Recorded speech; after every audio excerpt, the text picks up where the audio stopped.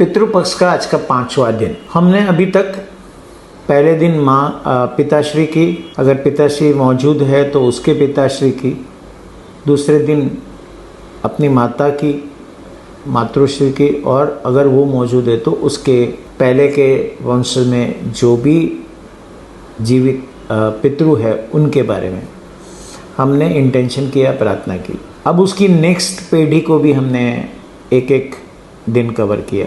जब नेक्स्ट कहता हूँ तो उसके ऊपर जाना है, ओके, नीचे नहीं। आपका अस्तित्व देखिए कि एक त्रिकोण बनता है, ठीक है।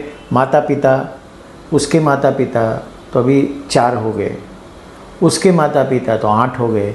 वो मैप मैंने ऑलरेडी डाला हुआ है। अब जब मैं लीनिएज कहता हूँ तो आपको हमेशा ऊपर देखना है, आपको वो मैप, वो जो चित्र है, वो जो इमेज है, उसको रेफ़र करना है, तभी आपको पता चलेगा। और एक एक दिन नंबर ऑफ आत्माएं बढ़ती जाती हैं। ये मिनिमम लिखा है मैंने। अगर भाई बहन और कोई वंशज हो गए तो वो बढ़ती जाएगी, उसका मैंने जिक्र नहीं किया है। एक पीढ़ी आज इंक्लूड हो जाएगी पिताश्री की तरफ से, यानी पिताश्री की तरफ से ये तीसरी पीढ़ी हुई।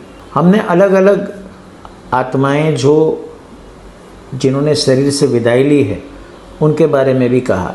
आज आपको स्पेसिफिकली ऐसी आत्माओं को याद करना है अपने वंश में जिसकी मृत्यु गर्भ में हो गई, उन्होंने जन्म ही नहीं लिया, या एबॉर्शन से, या मिसकैरेज से, या कोई और कारण की वजह से। इन्हें याद करना है और इनके लिए विशेष प्रार्थना करनी है। देखिए, वो लोग बहुत अल्प समय के लिए शरीर में आए थे, शायद उसको वातावरण समझ नहीं आया, उसके जीवन के प्रारब्ध के लिए ये वातावरण अनुकूल नहीं था, या फिर जो आत्मा के बीच में वो आया था उसमें अपने प्रारब्ध को पूर्ण नहीं कर पा रहा था। वो अल्प समय में आके चले जाने की वजह बहुत सारी हो सकती है। और भी एक वजह हो सकती है, जैसे कि वो कुछ समय के लिए आपको, जब वो आपके घर में आता है, यानी किसी भी गर्भ में आता है और गर्भ में कुछ समय रहता है, तो एक परिवर्तन ला के चला जाता है जो इतना सटल होता है, उतना शॉर्ट टर्म होता है कि हमें उसके परिणाम की एहसास नहीं होता है। वो हम नहीं समझ पाते हैं क्या इफ़ेक्ट करके गया वो, लेकिन उनका इम्पैक्ट बहुत बड़ा होता है। खास करके जब हम मिसकैरेज करवाते हैं तो बहुत कर्म हमारे जुड़ते हैं, बहुत भावनाएं जुड़ती है। वो आत्मा कभी कभी आपके आसपास के वातावरण को छोड़ नहीं पाती है, क्योंकि उनको यहाँ आना था, उनके प्रारब्ध में उन्हें कुछ पूर्ण करना था जो नहीं कर पाए।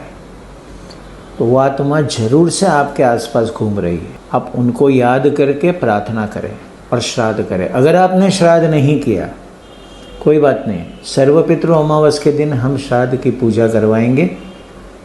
आपको अगर उसमें जुड़ना है तो सारी इन्फॉर्मेशन अलग अलग वीडियोस में हम देने वाले हैं, और आपको लिंक देंगे जहां आप अपने लिए ये पूजा को जुड़ सकते हैं, श्राद्ध पूरा कर सकते हैं। और एक जूम लिंक आपको दे रहे हैं।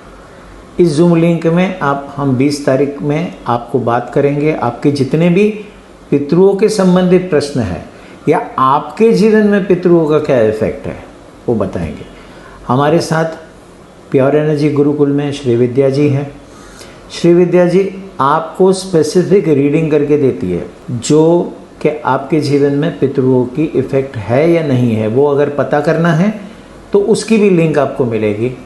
वो आपको डिस्काउंटेड रेट में ये रीडिंग करके दे रही है, तो वो भी रीडिंग आपको करवानी है। आप मेरे यहाँ नीचे लिंक जुड़ी हुई है, वहाँ से करवा सकते हो। एक बात को ध्यान रखिएगा, समय काल के लिए या मान्यता के लिए या कोई भी कारण से अगर आप श्राद्ध नहीं कर सकते हो तो सर्वपितृ अमावस के दिन आपको श्राद्ध करने के लिए हमने सुविधा रखी है।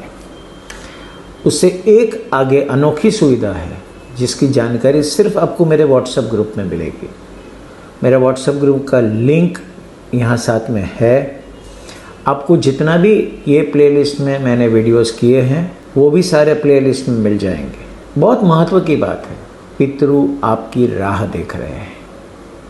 पितृ चाहते हैं कि वो आपको भर भर के आशीर्वाद दे।